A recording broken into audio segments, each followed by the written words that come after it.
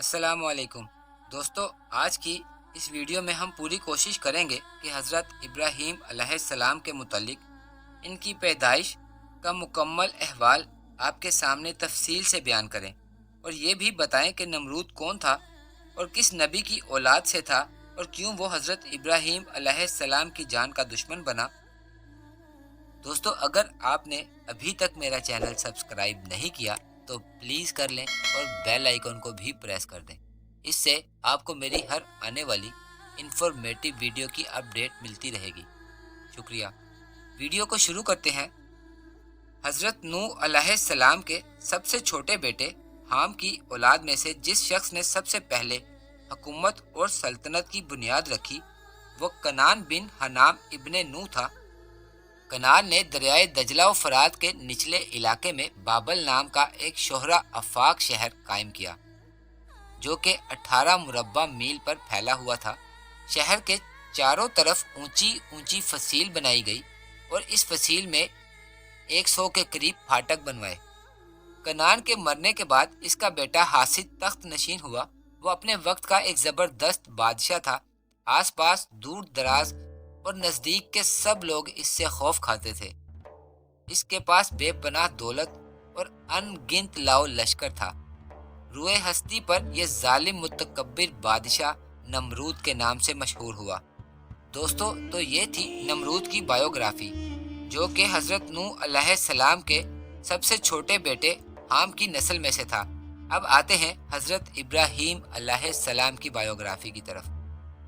حضرت نوح علیہ السلام کے درمیانے بیٹے سام بن نوح علیہ السلام نے اپنی سکونت دجلہ کے مشرقی جانب اختیار کی۔ یہ اپنے باپ یعنی حضرت نوح علیہ السلام کے جانشین بھی تھے۔ سام کے انتقال کے بعد ان کا بیٹا اپنے باپ کے ملک و ملت کا مالک ہوا۔ اس کے بعد اس کا بیٹا شالح، اور شالح کے مرنے کے بعد اس کا بیٹا آبر ملت کا مالک ٹھہرا۔ دوستو، یہاں یہ جاننا بہت ضروری ہے کہ یہ وہی آبر ہے جو عبرانیوں کا جد اعلیٰ بھی ہے، اور یہی ہے وہ شخص جس نے اولاد نوح علیہ السلام پر ملک کو تقسیم کر دیا، اور یہی آبر وہ شخص ہے جو کلدانیوں کو ساتھ لے کر نمرود سے نبرد آزما ہوا اور شکست کھا کر دریائے دجلہ و فرات کے درمیانی علاقے مجدل چلا آیا، اور یہاں ہی اس نے اپنی سلطنت قائم کی اور ایک مومن کی حیثیت سے حکمرانی کرتا رہا۔ آبر کے بعد اس کی اولاد گمراہ ہو گئی۔ اللہ کے دین کو چھوڑ کر انہوں نے بت پرستی اختیار کر لی۔ انہی میں سے ایک ناہور تھا جس کا بیٹا آزر تھا۔ چونکہ آزر بت بناتا تھا اور پھر ان کو فروخت کرتا تھا اور اپنے اس فن میں اس کا کوئی ثانی بھی نہ تھا، اسی وجہ سے بادشاہ نمرود نے اسے اپنے دربار میں بلایا اور اعزاز و اکرام دے کر اپنے بت خانے کا داروغہ مقرر کر دیا۔ قدرت خدا کہ انہی داروغہ جی کے ہاں اللہ رب العزت نے بابل کے بت پرستوں کی اصلاح کے لیے اپنے اس ایک نیک بندے کو منتخب کر لیا، جن کا اسم گرامی نبیوں کی تاریخ میں ابو الانبیاء سیدنا حضرت ابراہیم علیہ السلام کے نام سے مزین ہے۔ آزر کے 3 بیٹے تھے، ابراہیم علیہ السلام، ہاران، اور تیسرے بیٹے کا نام ناہور تھا۔ ہاران اپنے باپ کی زندگی ہی میں اپنے بیٹے لوط علیہ السلام کو چھوڑ کر مر گیا۔ لوط علیہ السلام اس روایت کے مطابق حضرت ابراہیم علیہ السلام کے بھتیجے ہیں۔ خیر دوستو، ہم آتے ہیں اپنی کہانی کی طرف، یعنی حضرت ابراہیم علیہ السلام کی پیدائش کے قریب جو حالات و واقعات تھے ان کی طرف۔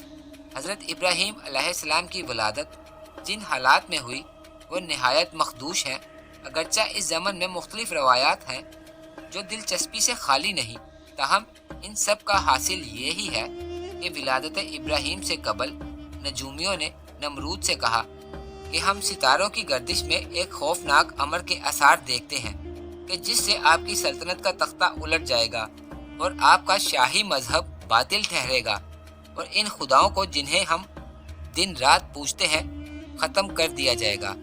نمرود کے پوچھنے پر نجومیوں نے کہا کہ اسی سال اسی شہر بابل میں ابراہیم نام کا لڑکا پیدا ہونے والا ہے، اور یہ وہی لڑکا ہے جو آپ کے اس نظام کو چیلنج کر کے باطل ظاہر کرے گا، اور آپ کی بادشاہت، آپ کے مذہب اور آپ کے خداؤں کو تباہ و برباد کر دے گا۔ دوستو، نمرود نے یہ سنتے ہی تمام شہر میں منادی کروا دی کہ کوئی شوہر 1 سال تک اپنی بیوی کے پاس نہیں جائے گا، اور اس سال جو بھی بچے پیدا ہوں گے ان میں سے لڑکوں کو قتل کر دیا جائے گا۔ چنانچہ ایک عرصہ تک یہ حکم جاری رہا اور ہزاروں بے گناہ معصوم بچے پیدا ہوتے ہی قتل کر دیے جاتے رہے۔ لیکن جس کو اللہ کی پناہ ہو، دوستو، اسے کون ہاتھ لگا سکتا ہے؟ اسی دوران حضرت ابراہیم علیہ السلام کی والدہ حاملہ ہو گئیں۔ آپ کی والدہ نے پہلے تو اپنے شوہر سے چھپانے کی بے پناہ کوشش کی، مگر پھر کچھ سوچ کر آخرکار بتا ہی دیا اور کہا کہ آخری عمر میں تو نخل تمنا بار آور ہونے کا وقت آیا ہے اور وہ یوں تلف ہو جائے، کیا یہ ضروری ہے کہ یہ وہی بچہ ہو جسے نمرود قتل کرنا چاہتا ہے؟ میری مدد کیجیے اور میرے ہونے والے بچے کو موت کے منہ میں جانے سے بچا لیجیے۔ آزر کا دل بیٹے کی محبت میں نرم ہو گیا اور وہ راضی ہو گیا۔ چنانچہ شہر سے باہر ایک غار مقصد ولادت کے لیے تجویز کر کے آپ کی والدہ کو چپکے چپکے وہاں پہنچا دیا گیا اور مکمل رازداری سے کام لیا گیا۔ غرض آپ علیہ السلام کی پیدائش کا غار میں کسی کو کانوں کان پتہ نہ چلا۔ جب آپ علیہ السلام پیدا ہو گئے تو آپ کی والدہ آپ کو غار میں چھپا کر خاموشی سے گھر واپس آ گئی۔ حضرت ابراہیم کی والدہ محترمہ اکثر آپ علیہ السلام کو دیکھنے غار میں آتی، آپ کو دودھ پلاتی اور خاموشی سے واپس چلی جاتی۔ دوستو، غار میں موجود حضرت ابراہیم علیہ السلام پر اللہ رب العزت کی خاص رحمتوں کرامات کا سلسلہ جاری رہا، جس کی بدولت آپ غار میں ہر طرح کے جانوروں سے محفوظ بھی رہے، اور عالم دین یہ بھی کہتے ہیں کہ اللہ پاک نے آپ کے انگوٹھے میں سے دودھ جاری کر دیا تھا، جس کی وجہ سے آپ بھوک کی وجہ سے نڈھال ہونے سے بھی بچے رہے اور سالوں کی بجائے مہینوں میں بڑے ہونے لگے۔ غرض تھوڑے ہی عرصے میں آپ علیہ السلام معمول کے خلاف بہت جلد جوان ہو گئے۔ پھر ایک روز اپنے والد آزر کے ہمراہ غار سے نکل کر گھر چلے آئے۔ کہتے ہیں غار سے نکل کر گھر جاتے وقت راستے میں جو شے بھی آپ دیکھتے اس کے متعلق اپنے باپ سے پوچھتے۔ ظاہر ہے کہ غار میں آپ علیہ السلام نے اپنے ماں باپ کے علاوہ اور تو کوئی چیز دیکھی نہ تھی، اسی لیے آپ علیہ السلام کے والد آزر آپ کو بتاتے چلے جاتے، یہ اونٹ ہے، یہ بکری ہے، یہ فلاں شے ہے، وہ فلاں چیز ہے۔ یہ سن سن کر آپ علیہ السلام اپنے دل میں کہتے کہ ان چیزوں کا بنانے والا ضرور کوئی ہوگا۔ دوستو، اللہ تعالیٰ اپنے جن نیک بندوں کو گمراہوں کی اصلاح کے لیے منتخب فرما لیتا ہے، ان کی عادات و اطوار، گفتار و کردار کے طور طریقے عام زندگی سے ہی شروع سے باقی دوسرے لوگوں سے الگ اور پاکیزہ ہوتے ہیں، اور ان کے فہم و ادراک کی روح بھی عام آدمیوں کی روحوں سے بہت بلند ہوتی ہے۔